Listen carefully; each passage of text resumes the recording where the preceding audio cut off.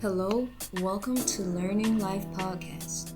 My name is Tadisha, and I'm so glad you're here. This is a safe place where we can both learn and unlearn a lot of things about life. Let's get started.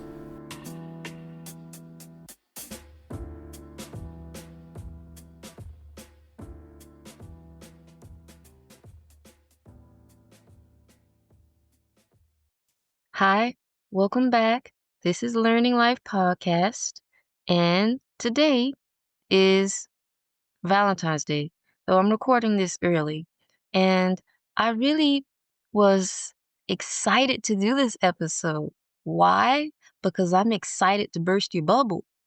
Because I just learned about what Valentine's Day is actually about. And so for a long time, I had always heard that it may, well, when I say a long time, I say maybe like a couple years, that I heard someone say that it was rooted in some type of pagan holiday or something like that. And so I was like, okay, I never was into it that much in the first place. Now that I've actually done my little 2 cents of research, I'm going to share it with you so that you will know and you can make up your own mind whether or not you want to celebrate Valentine's Day. Okay? I'm not trying to be a Grinch, no pun intended. But Valentine's Day, they say it started during the Roman Empire. Okay? And basically, it was some type of holiday that was rooted in people just randomly hooking up, as they call it. And Britannica, I assume that's a trusted source, it stated that there was a lottery and they would just randomly match people up, and basically you don't really want to know what else probably happened because this is the Roman times. And so it's said at the same day or sometime around that time, there was a Christian who was basically martyred. And they think that that Christian healed one of the Romans' children of blindness. So it was very interesting to read. And if you want to go and verify and check out the facts for yourself, I found this information on Britannica. And yeah, so like I said, I just wanted to burst your bubble and share some truth with you. I feel like all the holidays nowadays that are really promoted are the ones that have some type of heinous history. You know, even Christmas, like the whole idea of Christmas has been changed from being about Jesus to being about buying gifts and spending money. We barely hear about what Christmas is anymore. It's just a day to buy and spend and do whatever you want to, but not to focus on Jesus. So anyways, I just wanted to share that. So I don't know if I should even it would be funny of me to wish you happy Valentine's Day, but it would be just like me to say that. Okay, now let's go into today's topic before I get distracted with myself. So I want to talk about the subject of the leaven and the salt. The leaven and the salt. In the scripture, Jesus tells his disciples, be careful of the leaven of the Pharisees. Be careful. Let's go to the verse. Going to Matthew chapter 16 and starting at verse 12 or verse 11. Jesus is talking to the disciples, starting at verse 5. And when his disciples had come to the other side, they had forgotten to take bread. Then Jesus said unto them, take heed and beware of the leaven of the Pharisees and of the Sadducees. And they reasoned among themselves, saying, it is because we have taken no bread. But when Jesus perceived this, he said unto them, O ye of little faith, why reason ye among yourselves, because ye have brought no bread. Do ye not yet understand, neither remember the 5 loaves of the 5,000, and how many baskets ye took up, nor the 7 loaves of the 4,000, and how many baskets ye took up? How is it that ye do not understand that I spoke it not to you concerning bread, but that ye should beware of the leaven of the Pharisees and the Sadducees? All right, I'm going to stop there. And so I always found this very interesting, how the disciples, when Jesus started speaking of the leaven, they were like, "Ooh, we forgot to get bread." He's trying to remind us we didn't get bread. And I find that funny because their mind is like still just caught up on like regular things. And Jesus is trying to tell them some truth. And they're like, "Oops, we forgot to get bread." And Jesus has to tell them, he says, "Oh, ye of little faith, have you just forgotten the miracle that just happened with the bread?" I have to shake my head because it feels like, have you ever read the Bible and it feels like it's just talking right to you? Because sometimes I have that experience where I'll go through something and then God helps you and he delivers you. And then you have another trial or another problem. And then all of a sudden your mind kind of just goes like, "Oh, I have a problem again." And you kind of want to panic, but then you forget that God has already brought you through something. It's funny how our minds work. So, anyways, Jesus has to remind them and tell them, have you not just seen the miracle that just happened with the bread? Telling them that he's not talking about bread, he's talking metaphorically about the Pharisees and the Sadducees.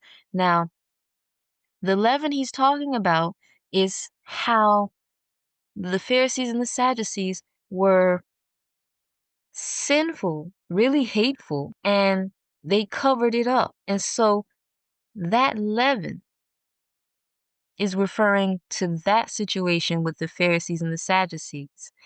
It is, can I give you a good modern day example? They said one rotten apple spoils the whole bunch. That's basically kind of what this is about. So the Pharisees and the Sadducees were supposed to be the head of the church. They were supposed to be the biblical scholars. They were the people who were supposed to guide and protect, but they were doing the exact opposite. Jesus is telling his disciples, beware of how the Sadducees and the Pharisees truly are. If there's another part in the Bible that says, and it was Jesus talking about the Sadducees and Pharisees, he said, "You have a outward cup that appears perfect, and you clean the outside of the cup, but it's the inside that matters." And then he goes on to say, "You have the perfect image, but your closets are full of skeletons." So, in other words, Jesus was telling the disciples that the Sadducees and the Pharisees were deceptive and they were kind of causing and leading people astray. All right. And the leaven, when Jesus speaks of the leaven, leaven is the yeast. All right. Anyone who knows about cooking knows that the yeast is what causes the bread to rise. It's an irony that I talk about this, right? Cooking bread. So the leaven is the yeast, and it takes a small amount of leaven, of yeast, to make a batch of bread. All right? What Jesus is saying is that it only takes a little bit of sin, a little bit of a bad doctrine, a little bit of whatever it is that is not of God. It only takes a little bit of it to corrupt the whole thing. I want to give you an example that I heard a preacher give years ago. It stuck with me. And he gave like this really cool example for people to see. He got string and he has someone to wrap the string around his hand. And so the first 2 or 3 times that the string was wrapped around his hands, he could just break it, snap the threads. But when The second time when he had the person wrap the string around his hands and he just kept wrapping and wrapping and wrapping and wrapping till all of a sudden it got very tight around his hand and the threads reinforced themselves and it became stronger and stronger and stronger. And the next thing you know, he could not break free from that string. Now it required scissors. And so essentially what that is about is that that's how the enemy traps us. It takes a little bit, at a time to get you off track. It takes you this even goes into substance abuse. It takes a little bit of drugs and the next thing you know a person becomes an addict. It takes a little bit of drinking and the next thing you know the person is an alcoholic. It takes a little bit of dating and then getting into sexual sin and the next thing you know you're doing all kinds of things. It starts off with a little. And that's the trap of the enemy because when it is little, it looks harmless.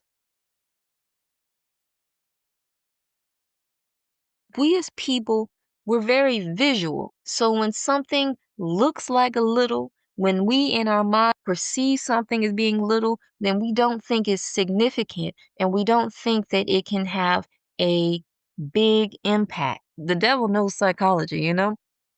He knows how to play tricks on our mind. So a little. I've had so many times where I've thought about doing something wrong and it's just a little thing. And then the next thing you know, it snowballs and it causes this thing to happen or that thing to happen. It doesn't seem harmful at first. It seems so minute. And a lot of times we reason with ourselves. I'm good at reasoning with myself. I will reason, I will reason, and I will reason. Okay? Side note, I was listening to, I don't know what it was, but it's not what I was listening to that caught my attention. It was the comment that I read. And someone put in the comment that they have this inner black mother voice. Okay? Follow me. And every time they're debating doing something, the inner black mother voice they say says, "I don't think you should do that." And then they say in their mind, they're like, "No, it's okay. I'm gonna do it. I'm gonna do it."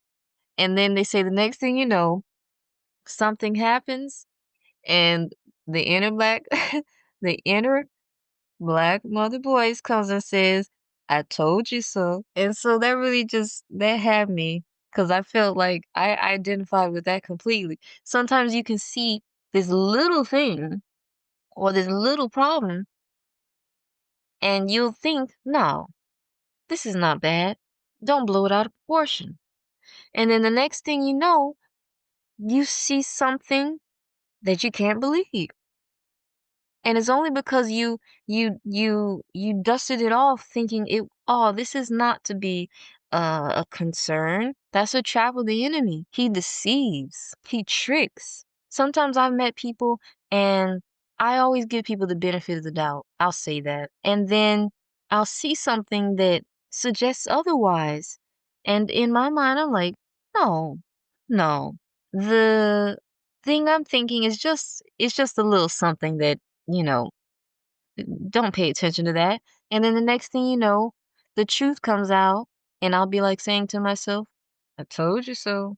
So, anyways, I just wanted to share that. But yeah, so the leaven is anything that looks tiny but can have big consequences. Now, that's the tactic of the enemy.